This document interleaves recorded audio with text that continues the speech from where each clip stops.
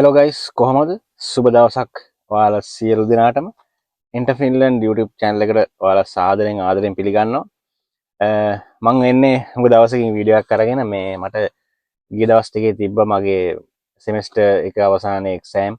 එතකොට අලුත් job දෙක විතර හම්බුණා. ඒවා කරන ගමන් වීඩියෝ එකක් කරන්න ඇත්තටම පොඩි වෙලාවේ ගැටලුවක් තිබ්බා. සහ මේ අද බලන ඇති ඕගොල්ලෝ ඇයි මම සිංහලෙන් කරන්න කියලා ගිය වීඩියෝ දෙක තුනම ඉංග්‍රීසියෙන් කළා. මේ ඇත්තටම ඉතින් අපි ඇඳුම් අඳින්න ඕනේ බලන කෙනාට ප්‍රිය වෙන විදිහට. ඒ වගේම මේ ඉංග්‍රීසියෙන් වීඩියෝ එක ගෙනාපු එක එච්චර සාර්ථක වුණේ නැහැ. මොකද views ගොඩක් අඩුවෙන් තිබ්බේ. ඇත්තටම මේ ඉංග්‍රීසි වලින් මට කරන්න කලින් ඇත්තටම මම කරලේ ඒ විදිහට මේ මම කලින් හිටිය ගෙදර ෆැමිලි එක එන්න කලින් මම මේ එනක්ස් එකේ හිටියේ ෂෙයාර්ඩ් ඇපාර්ට්මන්ට් එකක. ඒකේ හිටියේ ටැමිල් කොල්ලෝ තුන් දෙනෙක්. මේ ඒ ටැමිල් කොල්ලෝ තුන් දෙනා කිව්වා ඉතින් අපිට කිසි දෙයක් මේ තේරෙන්නේ නැහැ. මේ වා ඉංග්‍රීසි වලින් කරොත් පොඩ්ඩක් මේක හිට් වෙයි. මං ඉතින් අත්හදා බැරිමක් කරා බට් ඒක සාර්ථක වුණේ නැහැ. ඒකින්ද අපි මින් ඉදිරියට ඔක්කොම සිංහලෙන් යමු වීඩියෝස්. හරි. වැඩි කතා බහ ඕනේ අපි අද වීඩියෝ එකට යමු. අද වීඩියෝ එක ඇත්තටම ටිකක් සංකීර්ණ මාතෘකාවක් සහ කරුණු කාරණා රසක් තියෙන නිසා මං ස්කෙච් එකක් ඇත්තටම අද ගෙනාවා. මොකද මට මේ කරුණු කාරණා වැඩි හින්දා මට සමහර දේවල් මගේ අතින් මිස් වෙන්න ඉඩ තියෙනවා. ඒක නිසා ස්කෙච් එකක් ගෙනාවා මේ පාර. එතකොට තම්බ්නේල් එකේ දැක්ක විදිහට ඔයගොල්ලෝ මේ අද ටොපික් එක තමයි ෆින්ලන්ඩ් වල වාහනයක් ගැනීමට පෙර සහ පසු විපරම. මේක ටිකක් මේ ෆ්ලෝ එක වැඩි නිසා එහෙම නැත්නම් අන්තර්ගතයේ වැඩි නිසා මම මේකේ part 1 සහ part 2 කියලා වීඩියෝ දෙකකට කැඩුවා. නැත්නම් මේක ටිකක් දිග් වෙනවා වීඩියෝ එක. ඒක නිසා මේ තියෙන අපේ වීඩියෝ එකේ ෆ්ලෝ එක.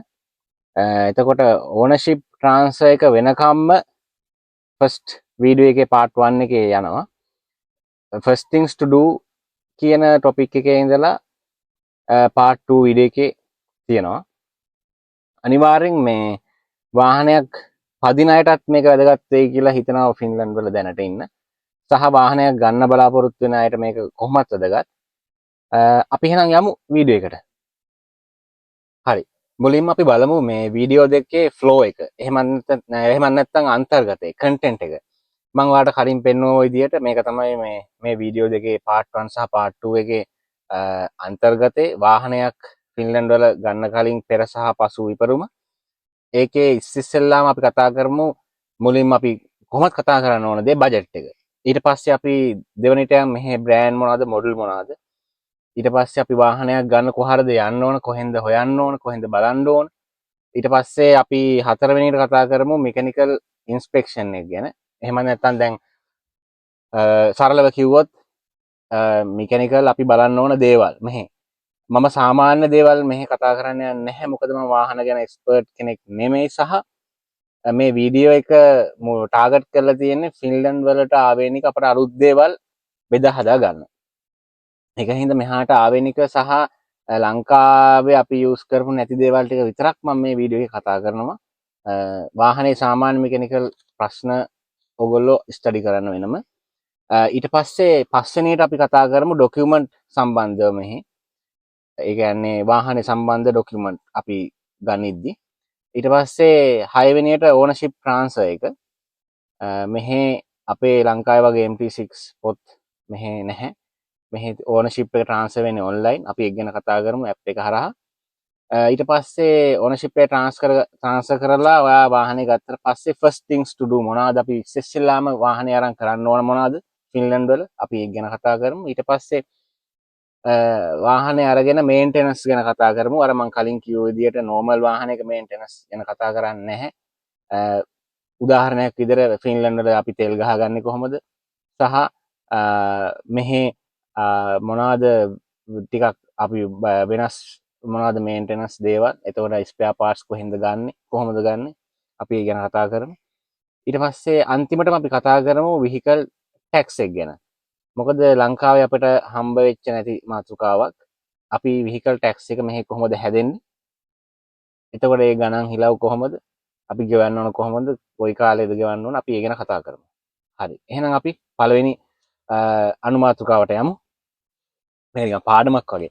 හරි. පළවෙනි දේ තමයි අපි බජට් එක ගැන කතා කරමු. බජට් එක ගැන කතා කරොත් මුලින්ම මට කියන්න ඕනි මම සහ මෙහි මම විතරක් නෙවෙයි මෙහි ඉන්න පරණ අය වුණත් ඔයාලට හම්බුනාම කියයි. මෙහි ආව ගමන් වාහනයකට යන්න ලේස්ති වෙන්න එපා. කිසිම ඉන්කම් සෝස් එකක් නැතුව. ඒ කියන්නේ වාහනෙන් ඔයාලට හම්බ කරන්න. එහෙම නැත්නම් වාහනෙන් ඔයාලට ඉන්කම් එකක් නැත්නම් නිකම් බොරුවට වාහනයක් ගන්න එපා. ඒක තමයි මගේ ඇඩ්වයිස් එක මුලින්ම. කොච්චර සල්ලි තිබ්බත් වාහනයකට යන්න නැතුව මැනේජ් කරගන්න පුළුවන්. විශේෂයෙන්ම හෙල්සින්කි තාම්පරේ තුර්කු වගේ ඉන්න අයට පබ්ලික් ට්‍රාන්ස්පෝර්ට් යූස් කරන්න පුළුවන්. කිසිම අඩුපාඩුවක් නැහැ මෙහෙ පබ්ලික් ට්‍රාන්ස්පෝර්ට්. මම පබ්ලික් ට්‍රාන්ස්පෝර්ට් ගැන වීඩියෝ එකක් මීට කලින් කරලා ඇති.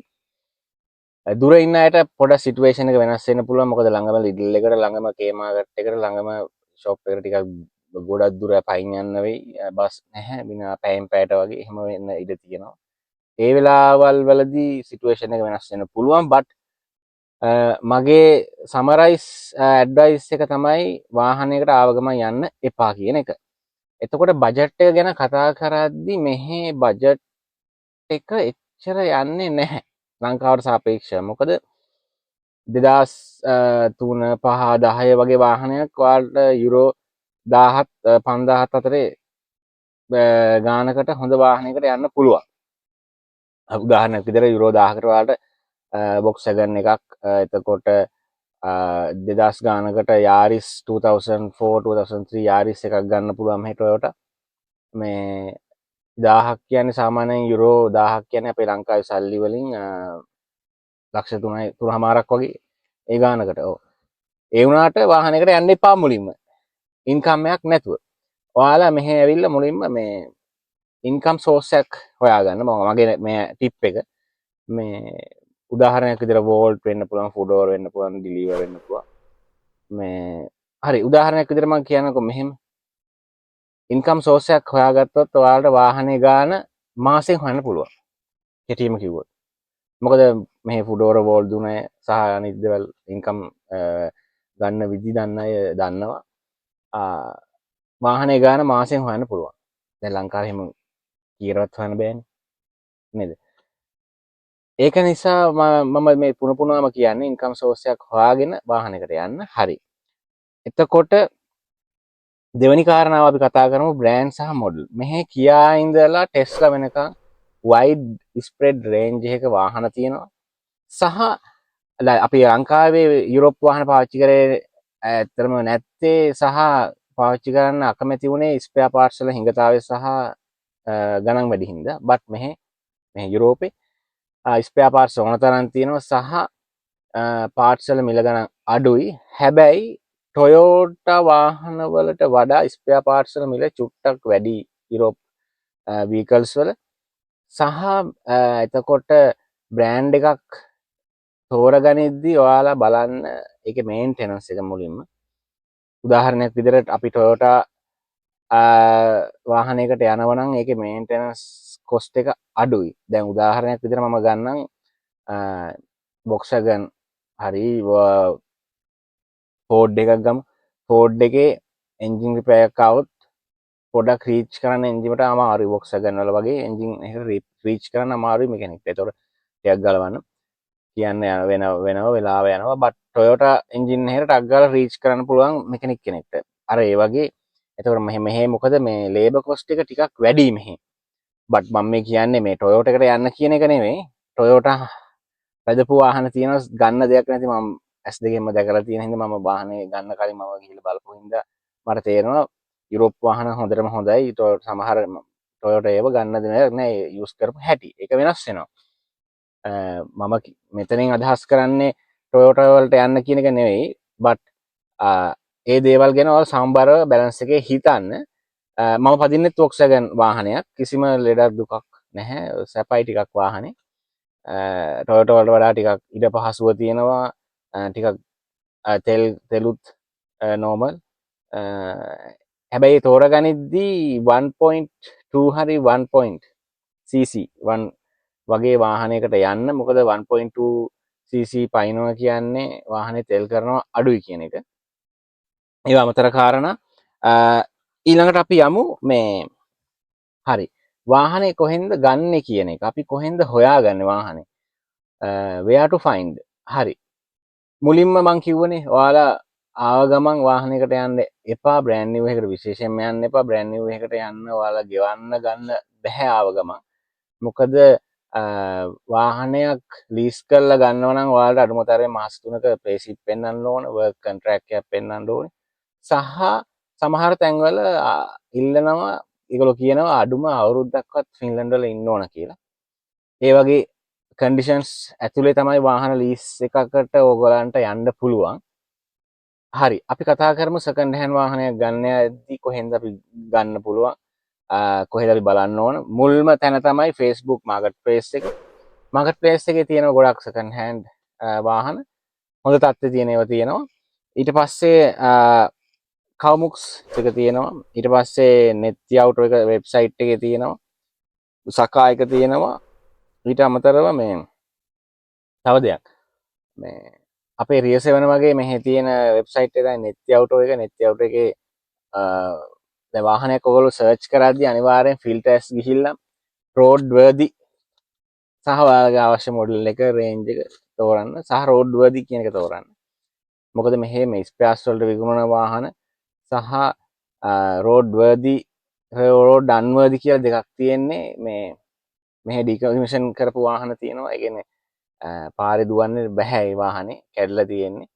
ඒ කියන්නේ රනින් කන්ඩිෂන් එකෙන් නෙමෙයි තියෙන්නේ. හදලා ගන්නවා නම් ගන්න පුළුවන්. බට් මෙහි ගොඩක් අය රිපෙයාර්ස් වලට යන්නේ නැහැ. මොකද අන්තිමට බැලුවොත් රිපෙයාර් කොස්ට් එකේ සහ ස්පෙයාර් පාර්ට්ස් වල කොස්ට් එක වාහනේ දැනට තියෙන ප්‍රයිස් එකට වඩා වැඩි වෙන්න පුළුවන්. ඒක හින්දා මෙහි බේසිකලි කරන්නේ වාහනේ ඩිකමිෂන් කරනවා. එහෙමත් නැත්නම් වාහනේ ස්පෙයාර්ස් වලට විකුණලා දානවා. මොකද තේරුමක් නැහැ. උදාහරණයක් විදිහට ක්ලච් ප්ලේට් එකක් දාන්න ගියොත් එහෙම ක්ලච් ප්ලේට් එක වෙනවා යුරෝ 150ක් විතර. එතකොට ලේබර් කොස්ට් එක යනවා යුරෝ 350ක් විතර. එතකොට 500 600ක විතර ඔතන වියදමක් යනවා. අපි හිතමු වාහනේ 10000 1200 කියලා. වාහනේ භාගයක් විතර යට කරලා තියෙනවා ක්ලච් ප්ලේට් එක දාන්න. අර ඒ වගේ උදාහරණයක්. ඊළඟට අපි යමු මේ මෙකැනිකල් ඉන්ස්පෙක්ෂන් එක ගැන. හරි.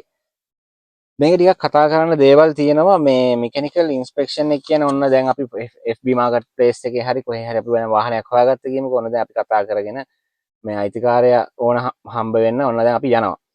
ගියපු ගමන් ඉතින් අපි ඩොකියුමන්ට් බලන්නේ නැහැනේ. අපි බලන්නේ වාහනේ බොඩි එක බලනවා නේද? මේ මෙකැනිකල් තත්ත්වය බලනවා, රනින් කන්ඩිෂන් එක බලන්න පොඩි ට්‍රයල් එකක් දුවනවා. හරි. එතකොට ඕගොල්ලෝ මුලින්ම බලන්න මේ ඉස්සරහා බොනට් එක යටින් ඔළුව දාලා පොඩ්ඩක් යටට ඔළුව දාලා බලන්න ඔයිල් ලීක් තියෙනවද කියලා විශේෂයෙන්ම. මොකද මෙහි එන්ජින් රිපෙයාර්ස් සාමාන්‍යයෙන් සෑහෙන ගාණක් යන එන්ජින් රිපෙයාර්ස් වලට. ඒතර වාහනේ ගානට වඩා යන්න ඉඩ තියෙනවා එන්ජින් රිපෙයාර්ස්. ඒක හින්දා අනිවාර්යෙන් ඔයිල් ලීක්ස් වගේ ඒවා තියෙනවද කියලා බලන්න. ගෑස්කට් ගිහිල්ලා ඔයිල් යනවා නම් ගැටලුවක් නැහැ. ඒක සාමාන්‍ය දැනීම. ඔයාලා ඒක පොඩ්ඩක් බලන්න. ඊට පස්සේ ක්ලච් එක හොඳයිද කියලා බලන්න. මම අර කලින් කිව්වා වගේ මේ ටිකක් ට්‍රයල් එකක් පැදලා බලන්න. ක්ලච් එක හිරයි වගේ නම් ජිය වැටෙන්නේ නැත්නම් 아무තු සද්ද දෙනවා නම් පොඩ්ඩක් බලන්න. මොකද 450 500ක් විතර යනවා ක්ලච් ප්ලේට් එකක් දාන්න. ඊට පස්සේ ඊළඟ කාරණාව තමයි මම මේ ස්කෙච් එක බලාගෙන කියන්නේ. මොකද මට කරුණු කාරණා මග ඇරෙන්න පුළුවන්. ඊළඟ කාරණාව තමයි රස්ට් එක. එහෙම නැත්නම් මලකඩ. මෙහි ෆින්ලන්ඩ් වල වින්ටර් කරද්දී මෙහි ගවර්න්මන්ට් එකෙන් දානවා පාරට සෝඩියම් ක්ලෝරයිඩ්. සෝඩියම් ක්ලෝරයිඩ් කියනකොට දානවා ලුණු. ඒ දාන්නේ පාරට වින්ටර් කාලේ හිම දිය වෙලා යන පාරේ. එතකොට අපි වින්ටර් එකේදී වාහනේ යූස් කරද්දී හිම අපේ වාහනේට වදිනවා පාරේ යද්දී. ඒක හින්දා මෙහි වාහනවල පොඩ්ඩක් මලකඩ මේ සම්භාවිතාව වැඩි. ඒගොල්ලෝ දන්නවා ලුණු තියෙනවා නම් මලකඩ එනවා වැඩි. ඒක හින්දා පොඩ්ඩක් වාහනේ උස්සලා බලන්න බැරි නම් වාහනේ යටින් පොඩ්ඩක් බලන්න දිරුම් තියෙනවද කියලා. දිරුම් තියෙනවා නම් ඒ වාහනේට යන්න එපා. පොඩ්ඩක් ඔය මලකඩ පාරවල් දෙකක් තුනක් තිබුණ ප්‍රශ්නයක් නැහැ. ඊට පස්සේ අනිත් කාරණාව තමයි අපි ලංකාවේදී බලනවනේ මේ ගම් පෝට්ටු තියෙනවද, වින් ස්ක්‍රීන් ගිහිල්ලාද, මේජර් ඇක්සිඩන්ට් එකක් වෙලාද කියලා බලන්නේ අපි එහෙමනේ. මෙහි ඒව බොරු වෙන්න එපා. මොකද මෙහි මේජර් ඇක්සිඩන්ට් එකක් වුණා නම් ඒ වාහනේ තනිකරම කන්ඩෙම් කරනවා. මොකද ඒ වාහනේ හදන්න යනවා කොස්ට් එක වාහනේ වගේ දෙතුන් ගුණයක්. ඒකින්ද මෙහි ලංකාවේ වගේ මෙහි ඒ වගේ මේජර් ඇක්සිඩන්ට් වෙච්ච වාහන හදන්න යන සම්භාවිතාව හොඳටම අඩුයි. නැත්තම නැති තරම්. ඒකින්ද බය වෙන්න දෙයක් නැහැ. ගම්බූට් බල බල වොරි වෙන්න දෙයක් නැහැ. මෙහි වින් ස්ක්‍රීන් ගැන කතා කරනවා නම් වින් ස්ක්‍රීන් මෙහි ගොඩක් සෑහෙන වාහනවල වින් ස්ක්‍රීන් යනවා. මොකද මම ඉස්සරහට කියන්නම් ටයර්ස් ගැන කතා කරද්දි මෙහි වින්ටර් ටයර්ස් වල තියෙනවා ස්ටඩ් කියලා. පොඩි ඇණයක් වගේ එකක් මේ හයිවේ වල යද්දි පාරේ යද්දි ස්ටඩ් එක ඇවිල්ලා පිටිපස්සේ වාහනේ වැදිලා අනිවාර්යයෙන් වින් ස්ක්‍රීන් මෙහි ගොඩක් යනවා. ඒක සාමාන්‍ය දෙයක්. මම ඉස්සරහට මේ වීඩියෝ එකේ ඉස්සරහට ඒ ගැන කතා කරන්න. ඊට පස්සේ කාරණාව තමයි මෙකැනිකල් ඉන්ස්පෙක්ෂන් එක ට්‍රයල් එකක් අනිවාර්යෙන් යන්න. ට්‍රයල් එකේදී ඕගොල්ලන්ට ගොඩක් දේවල් බලා ගන්න පුළුවන් වාහනය ගැන. ඒවා සාමාන්‍ය දේවල් මම මෙතෙන්දි කතා කරන්න යන්නේ නැහැ. ඊළඟට අපි කතා කරමු මේ මෙකැනිකල් ඉන්ස්පෙක්ෂන් එක ඉවරුණාට පස්සේ වාහනේ අනිවාර්යෙන් තියෙන්න ඕන ටයර් සෙට් දෙකම. සම ටයර් සෙට් එක සහ වින්ටර් ටයර් සෙට් එක. ඒතර ඔයාලා බලන්න යද්දී බලන්න යන කාලය අනුව ඒක වෙනස් වෙන මොකක්ද තියෙන අපි හිතමු දැන් මේ කාලේ යනවා කියලා. ඒ කියන්නේ මැයිවල තියෙන්නේ වාහනයක සාමාන්‍යයෙන් සම ටයර් සෙට් එක. එතකොට වින්ටර් ටයර් සෙට් එක අනිවාර්යෙන් ඕන ගාව තියෙන්න ඕන. නැතිවත් තියෙනවා. නැතිව තිබුණොත් එතනත් ගැටලුවක්. මොකද ටික සෑහෙන ගාණක් යනවා ටයර් සෙට් එකක් ගන්න. එතකොට සම ටයර් සෙට් එකක් සහ වින්ටර් ටයර් සෙට් එකක් අඳුර ගන්න විදිහත් මම මේ වෙලාවේදී කියන්නම්. සම ටයර් සෙට් එක නෝමල් අපේ නෝමල් ටයර් සෙට් එක වගේ. වින්ටර් ටයර් සෙට් එක ඇවිල්ලා ඒකේ ස්ටඩ්ස් කියලා පොඩි ඇන જાතියක් තියෙනවා. ඒක ඇත්තටම තියෙනවා පාරේ යනකොට ඝර්ෂණය වැඩි කරගන්න. ඔයාලා දන්නවා හිම වැටෙනවා පාර ලිස්සනවා. ඒක හින්දා මේ වාහනේ හොඳට පාරට ග්‍රැබ් කරගන්න ඝර්ෂණය වැඩි කරගන්න රෝද සහ පාර අතර මේ ස්ටඩ්ස් පාවිච්චි කරනවා. ඒතකොට ස්ටඩ්ස් තියෙන්නේ වින්ටර් ටයර් සෙට් එකේ මෙන්න මේ වගේ. සමර් ටයර් සෙට් එක නෝමල් මම කලින් කිව්ව විදිහට. ගොඩක් දෙනෙක් අහලා තිබ්බ මේ වින්ටර් ටයර් සෙට් එකයි සමර් ටයර් සෙට් එකයි රිම් සයිස් වෙනස් වෙනවද කියලා. නැහැ. එහෙම වෙනසක් වෙන්නේ නැහැ. ආයි ඒකේ ප්‍රෙෂර් ගේජ් එක වෙනස් වෙන්නේ නැහැ. එයා ප්‍රෙෂර් එක සාමාන්‍යයෙන් 35 psi. එහෙමත් නැත්නම් normally 2.4 bars. දෙකටම එක ප්‍රෙෂර් එක තමයි අපි හුලං මේ යොදන්නේ. ඊට පස්සේ මම මෙතෙන්දිම කියන්නම් මේ තවත් කාරණා කීපයක්. වින්ටර් ටයර් සෙට් එක මාරු කරන්න ඕන අඩුම මැයි පළවෙනිදට කලින්. ඒ කියන්නේ මැයි පළවෙනිදෙන් පස්සේ ඔයාලගේ වාහනේ තියෙන්න ඕන සම ටයර් සෙට් එක. එතකොට ගොඩ දෙනෙක් අහන්න පුළුවන් ප්‍රශ්නයක් තමයි එහෙම තිබ්බොත් ප්‍රශ්නයක්ද කියන එක. මට ඇත්තටම ඒක ගැන පොඩ්ඩක් රිසර්ච් එකක් කරන්න බැරි වුණා. පොලිසියෙන් ලියනවද නැද්ද කියන එක මට හරියටම ෂුවර් නැහැ. දන්න කෙනෙක් ඉන්නවනම් මේ කමෙන්ට් එකක් දාන්න. මම දන්න විදිහට ඒක ලීගල් නැහැ.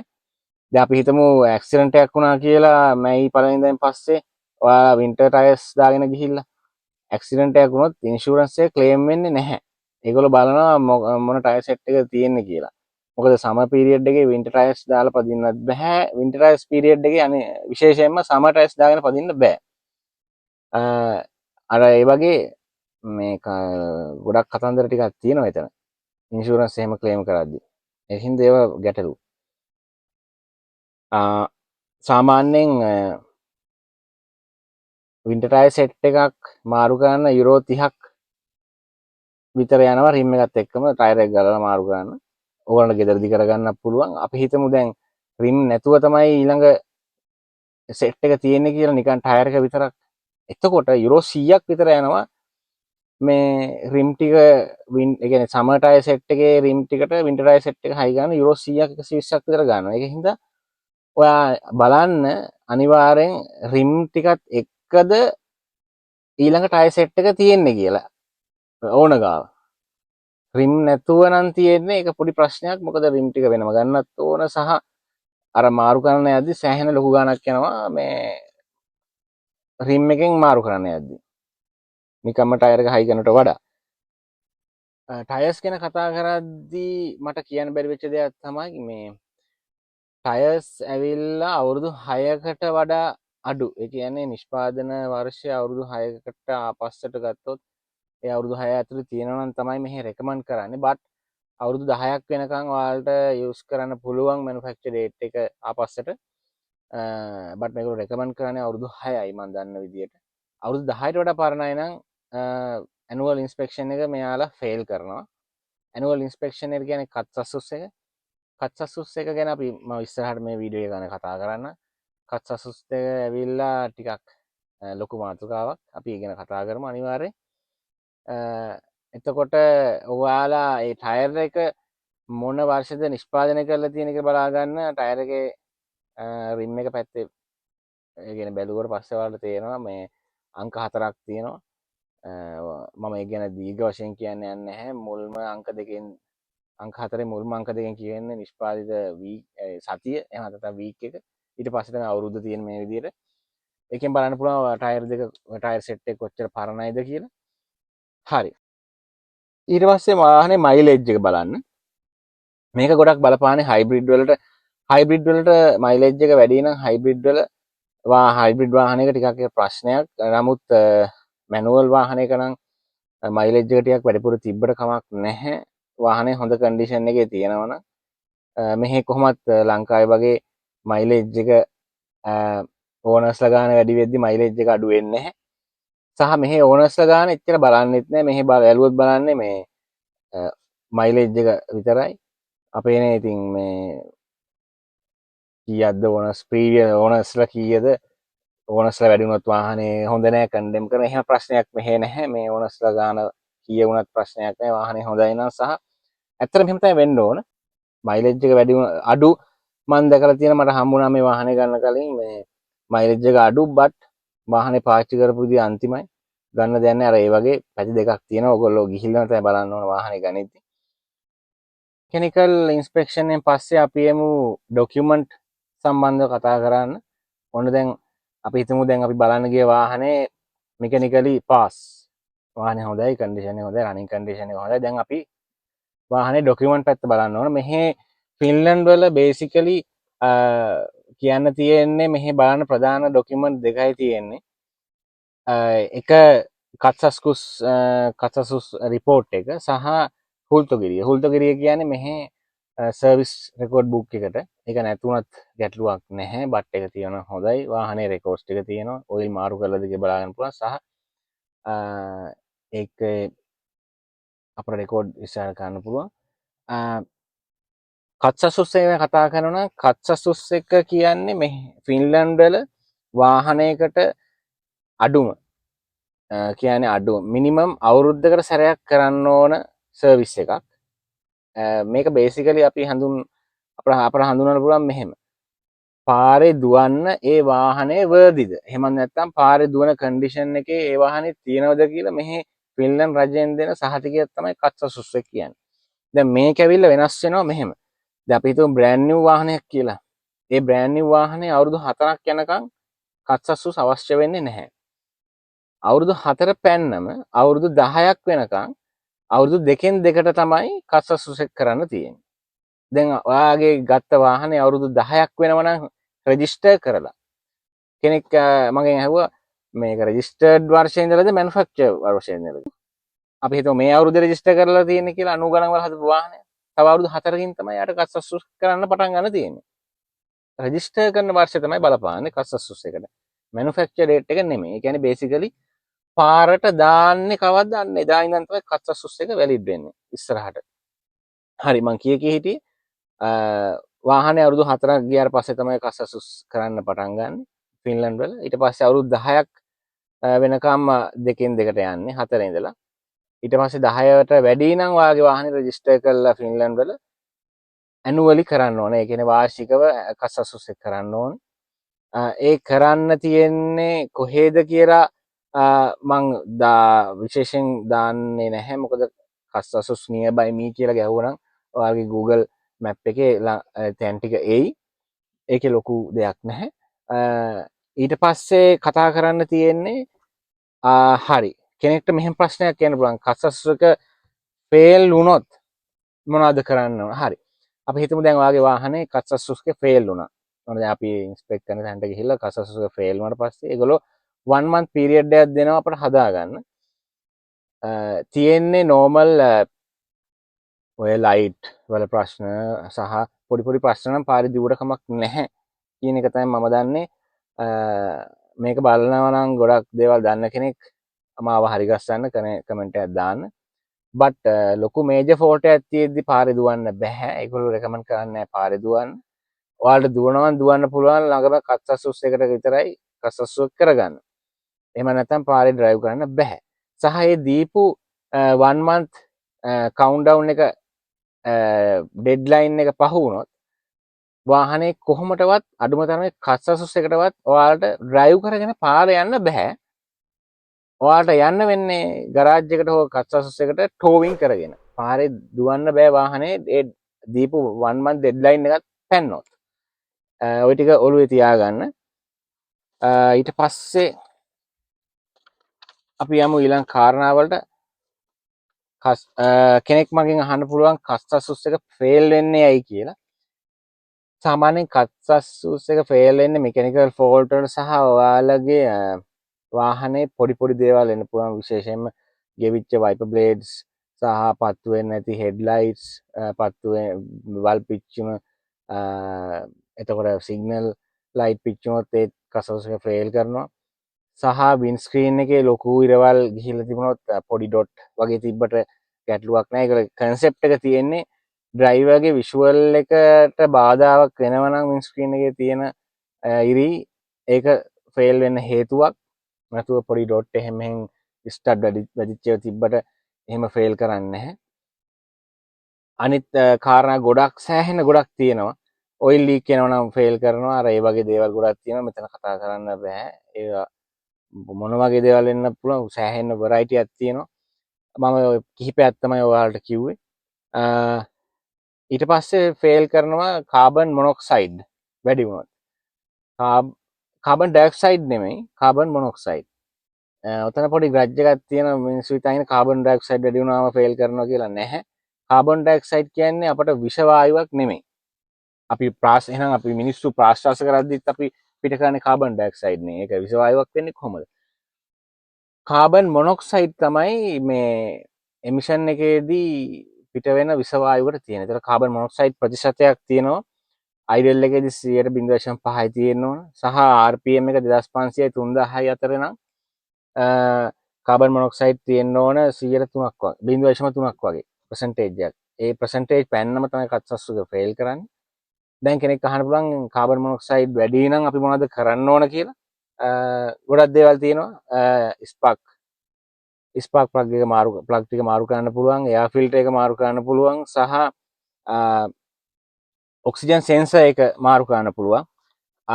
කැටලිටික් කන්වර්ටර් එකේ ප්‍රශ්න තියෙන්න පුළුවන්. ඒක හින්දා සාමාන්‍යයෙන් මේ කැටලිටික් කන්වර්ටර් එක පොඩ්ඩක් දුර දිවට පස්සේ රත් වෙනවා. ඊට පස්සේ ඒක එයාගේ එෆිෂන්ට් ටෙම්පරේචර් එකට එනවා.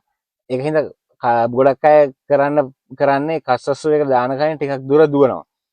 ටිකක් දුර දුවලා තමයි කස්සස්සු එකට දාන්නේ. එතකොට අර කන්වර්ටර් එක හොඳට රත් වෙලා එයා අයිඩියල් ටෙම්පරේචර් එකට ආවම එයා වැඩ කරනවා හොඳට. ඒතර ඒකට පොඩි ටිප් එකක් මම කිව්වේ. අනිත් කාරණාව තමයි මේ ඔයාලා අනිවාර්යෙන් කස්සස්සු එකට දාන්න කලින් වාහනේ ගරාජ්යක් හරහා ගරාජයේ ප්‍රී ඉන්ස්පෙක්ෂන් එකක් කරලා කස්සස්සු එකට දාන්න. හරි අපි ගොඩක් දේවල් කතා කරා කත්සස්සුස් එක ගැන. හරි තව දෙයක් තියෙනවා මට ඔයාලට කියන්න බැරිුණා. මේ කාබන් ඩයොක්සයිඩ් එක බලපාන්නේ කත්සස්සුස් එකට නෙමෙයි. කාබන් ඩයොක්සයිඩ් එමිෂන් එක බලපාන්නේ වාහනේ ඇනුවල් ටැක්ස් එකට. මම ඒක ගැන පස්සේ කියන්නේ part 2 වීඩියෝ එකේ කතා කරන්න.